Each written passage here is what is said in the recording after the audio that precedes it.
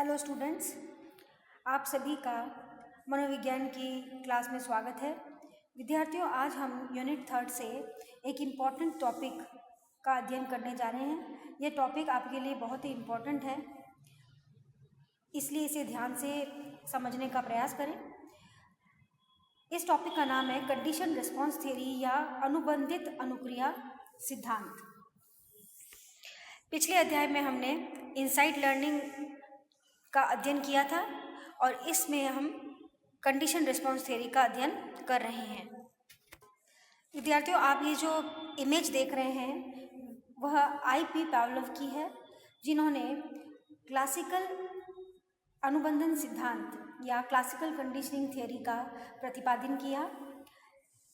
Pavlov जो थे वह रशियन फिजियोलॉजिस्ट थे या रूसी शरीर क्रिया विज्ञानी थे और साथ ही साथ यह मनोवैज्ञानिक भी थे। इन्होंने डाइजेशन पर बहुत बार वर्क किया और डाइजेशन पर वर्क करते करते एक दिन इंसिडेंटली उन्होंने सलाइवेशन या जो लार उत्पन्न होती है उस पर भी उन्होंने काम किया। विद्यार्थियों, आई.पी. पावलोव इतने ज़्यादा अपने वर्क से फेमस हो गए थे कि उनको नोबेल पुरस्कार भी दिया गया। आई.पी. पावलोव के क्लासिकल कंडीशनिंग थ्योरी को टाइप एस थ्योरी भी कहा जाता है। इसे हम रेस्पोंडेंट कंडीशनड थ्योरी भी कहते हैं। पावलोव ने अपने सिद्धांत में यह बताया कि उद्दीपक और अनुक्रिया के एसोसिएशन से लर्निंग होती है और इसके लिए उन्होंने एक कुत्ते पर प्रयोग किया। आपके सामने जो इमेज है उसमें आप देख रहे हैं एक डॉग को एक साउंड प्रूफ कमरे में खड़ा कर दिया गया और इनको एक विशेष यंत्रों द्वारा इस डॉग को खड़ा किया गया और इसके मुंह से एक पाइप लगाकर एक बॉक्स में डाली गई, जिससे कि जो भी लार या पानी कुत्ते के मुंह में उत्पन्न होता है भोजन को देखकर, वह कलेक्ट किया गया। इस प्रयोग में पावलोव ने पहले डॉग को भोजन प्रस्तुत किया। भोजन प्रस्तुत करने पर कुत्ते ने स्वाभाविक अनुक्रिया की। स्वाभाविक अनुक्रिया में क्या हुआ, उसने लार टपकाई।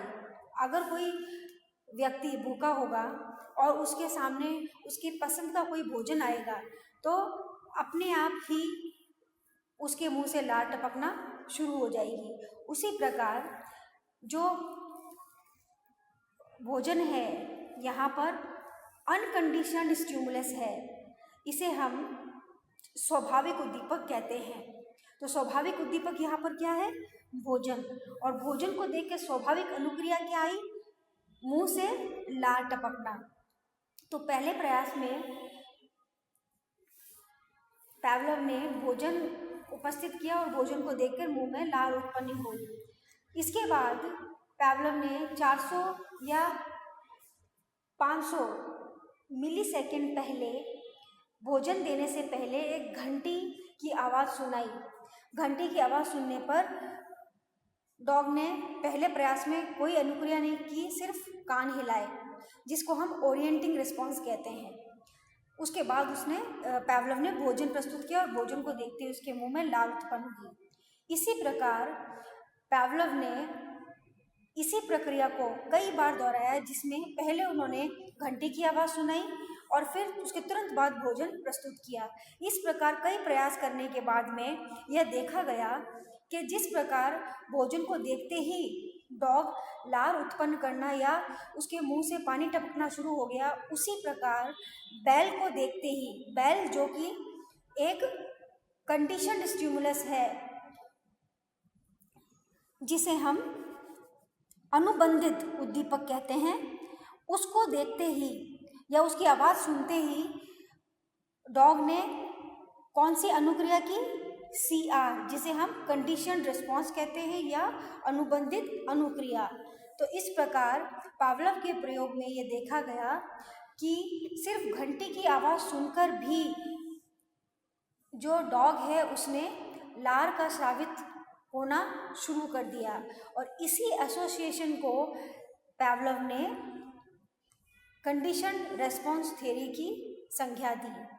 तो यहाँ पर पावलोव जो डॉग को सिखाना चाह रहे थे कि एक घंटी की आवाज़ सुनकर भी लार स्रावित कर देना, यही कंडीशनिंग कहलाती है।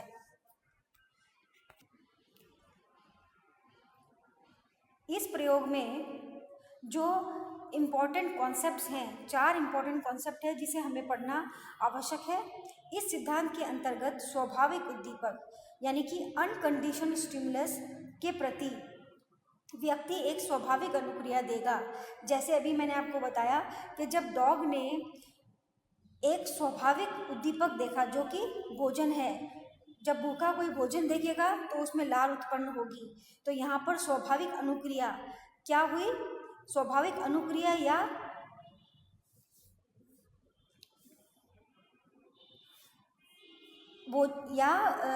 लार का स्रावित होना, जैसे कि भूखा होने पर भोजन देखकर मुंह में लार आ जाना, यह अनुक्रिया स्वाभाविक अनुक्रिया है तथा भोजन स्वाभाविक उद्दीपक है।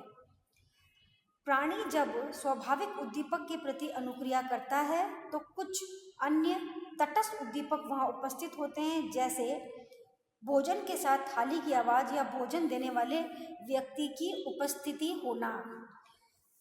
तो स्टूडेंट्स, जब हम स्वाभाविक उद्दीपक जैसे कि यहाँ पर भोजन है, जैसे मान लीजिए कि आपको जो भोजन सर्व करते हैं वो आपकी मम्मा है, और अगर आपकी मदर आपको भोजन सर्व करती है तो जब भी आप ये देखेंगे कि मदर किचन में है तो आपको ये पहले से ही पता चल जाएगा कि मुझे अब भोजन मिलेगा। तो भोजन के साथ जुड़ा हुआ तटस्थ उद्दीपक क्या है? मदर का होना।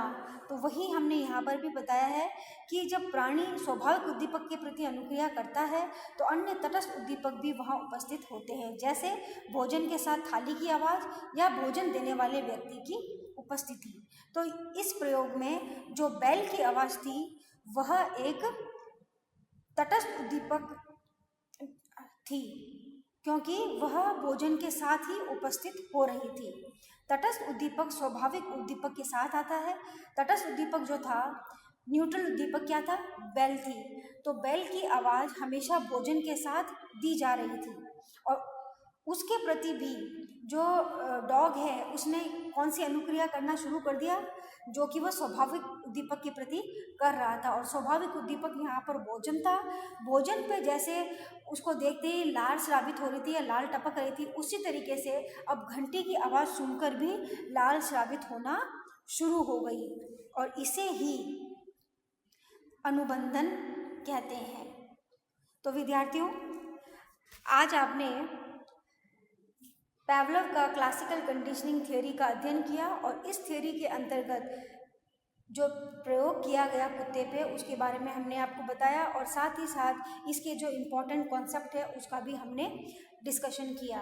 तो इस थ्योरी को आप अच्छे से समझें क्योंकि ये बहुत ही महत्वपूर्ण है। सभी विद्यार्थियों को इस वीडियो को देखने के लिए धन्यवाद।